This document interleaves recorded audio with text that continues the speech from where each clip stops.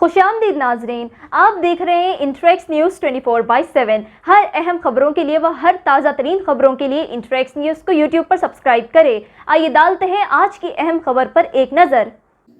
दिल्ली के chief minister Arvind Kejriwal ने media से बात करते हुए कहा कि किसानों ने अपने एहतजाज के चलते कल एक दिन के लिए उपवास रखने का ऐलान किया है और किसानों ने देश की जनता से भी अपील की है कि इस उपवास के मौके पर उनका साथ दे और अरविंद केजरीवाल खुद भी उपवास रखेंगे। उन्होंने आम आदमी पार्टी के सारे कारकुन और मेंबर से अपील की है कि इस उपवास में किसानों का साथ दे और उपवास रखे। आगे की तफसीलात सुने दिल्ली के चीफ मिनिस्टर अरविंद केजरीवाल की जुबानी। सबको नमस्कार। किसानों ने कल एक दिन के उपवास का ऐलान किया है। उन्होंने अपील की है पूरे देश की जनता से कि उनके किसानों के समर्थन में सब लोग एक दिन का उपवास रखें। मैं भी उनके साथ कल एक दिन का उपवास रखूंगा। मैं सभी आम आदमी पार्टी के कार्यकर्ताओं से, समर्थकों से अपील करता हूं कि वो भी किसानों की इस मांगों के समर्थन में एक दिन का उपवास रखें। और मैं देश के सभी लोगों से अपील करता हूं, बहुत सारे हज़ारों लाखों करोड़ों ऐसे लोगों को मैं जानता हूं जो दिल से किसानों के साथ हैं। अपनी दिन ब दिन की दिनचर्या की वजह से वो बॉर्डर पे नहीं पहुंच पा रहे, लेकिन दिल से उनके साथ हैं। ऐसे सब लोग, अब उनको भी मौका मिला है, ऐसे सब लोग अपने अपने घरों में एक एक दिन का उपवास रखें और किसानों की मांगों के समर्थन में प्रार्थना करें। मैं देख रहा हूं पिछले कुछ दिनों से केंद्र सरकार के कुछ मंत्री और भारतीय जनता पार्टी के कुछ लोग बार बार कह रहे हैं कि ये किसान देशद्रोही हैं, ये आंदोलन देशद्रोहियों का है, यहाँ पे एंटी नेशनल लोग बैठे हुए हैं।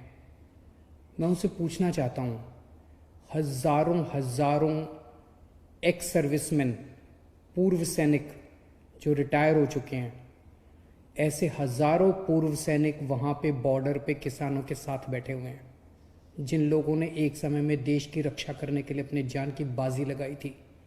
ऐसे हज़ारों सैनिक हैं जो अपने घरों में बैठ के उनके लिए दुआएं कर रहे हैं, प्रार्थना कर रहे हैं। ये सारे एंटी नेशनल हैं।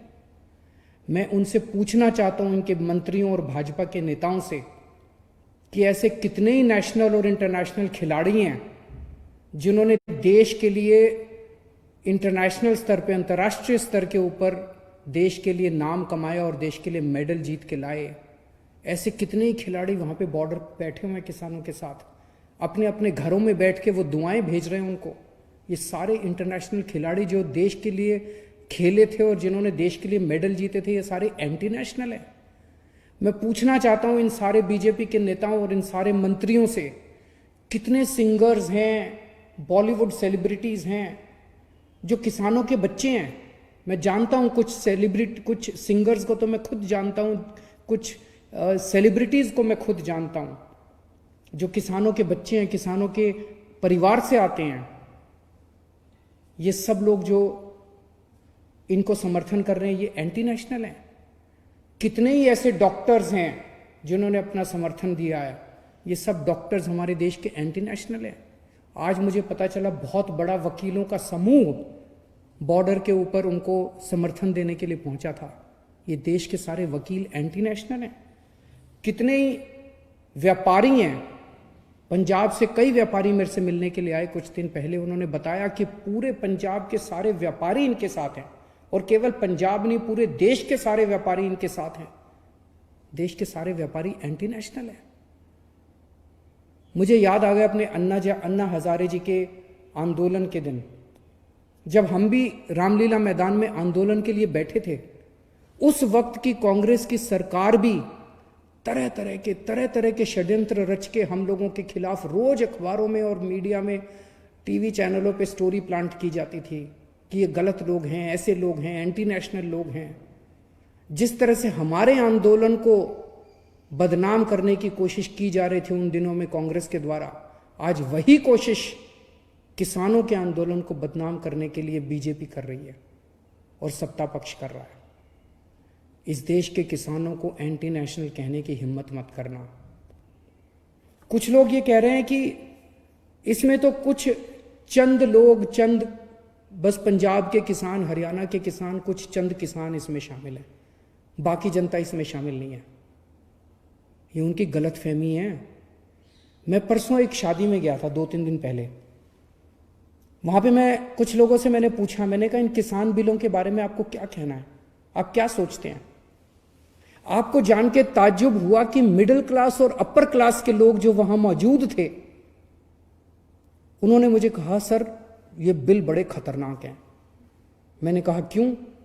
कहते सर इन बिलों में यह लिखा है कि अब कोई आदमी कितना भी अनाज जमाखोरी कर सकता है। अभी तक इस देश के अंदर जमाखोरी करना अपराध होता था।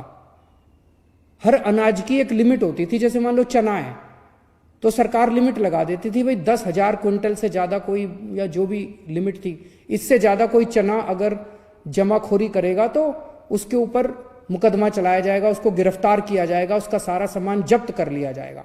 इस देश के अंदर जमाखोरी करना जुर्म होता था, क्योंकि जमाखोरी करने से कीमतें बढ़ती थी। अब जो केंद्र सरकार कानून लाई है, इसमें जमाखोरी करना अपराध खत्म कर दिया गया। अब जमाखोरी करना अपराध नहीं बचा है। अब कोई कितनी भी जमाखोरी कर सकता है, कितना भी सामान, कितना भी अनाज जमाखोरी कर सकता है। तो फिर तो जिनके पास पैसा है वो तो बहुत सारा अनाज स्टोर करके रख लेंगे अपने पास, बहुत सारा सामान अपना, बहुत अनाज अपने अपने गोदामों के अंदर स्टोर करके। फिर तो महंगाई बहुत बढ़ जाएगी। तो मुझे वो लोग कहने लगे सर इससे तो महंगाई बहुत बढ़ जाएगी। कानून में ये लिखा है कि अगर महंगाई 1 साल में डबल जब तक नहीं हो जाती तब तक जमाखोरी करने में कोई पाबंदी नहीं होगी। तो इसमें हर साल महंगाई डबल होती जाएगी। आज अगर 20 रुपए किलो गेहूं है तो इस साल 40 रुपए हो जाएगी, अगले साल 80 रुपए हो जाएगी, अगले साल 3 साल में 160 रुपए। ये क्या है? तो मैं ये कहना चाहता हूं कि कोई ये गलतफहमी में ना रहे कि इस कानून के समर्थन में केवल चंद वो किसान हैं जो बॉर्डर पे बैठे हुए हैं, वो भी हजारों लोग बैठे हुए हैं। इस देश का एक एक आदमी इन कानूनों को समझ रहा है।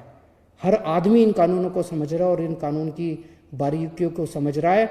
जो लोग अपनी जिंदगी में व्यस्त होने की वजह से बॉर्डर पे नहीं पहुंच पा रहे, उनका दिल वहीं है, किसानों के साथ है। तो मेरी केंद्र सरकार से गुजारिश है कि अहंकार छोड़िए। अहंकार अच्छी चीज नहीं होती।